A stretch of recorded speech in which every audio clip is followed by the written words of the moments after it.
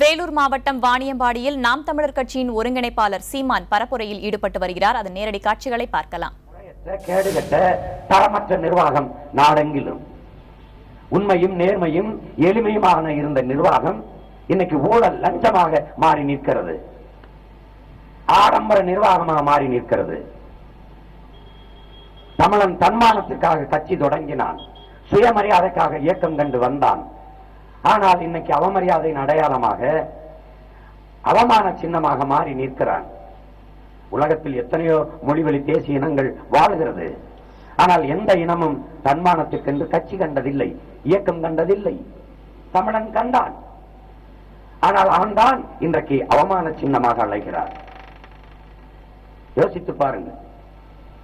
அம்மையார் ஜெயலலிதா சிறைக்கு போய்விட்டார். வருமானத்துக்கு அதிகமாக சொத்து சேர்த்து சிறைக்கு போய்விட்டார். அவரை வழிபட்டு விடுதலை செய்ய முடியாது, வழக்காடிதான் விடுதலை செய்ய முடியும்.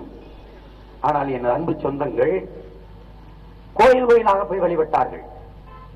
அம்மையார் ஜெயலலிதா என்ன பரிமைய புரட்சிக்கு போராடிய ஹாங் சாங் சூகி வீட்டு சிறையில் இருக்கிறார், பல ஆண்டுகளா விடுதலைக்கு போராடினார்களா? இல்லை.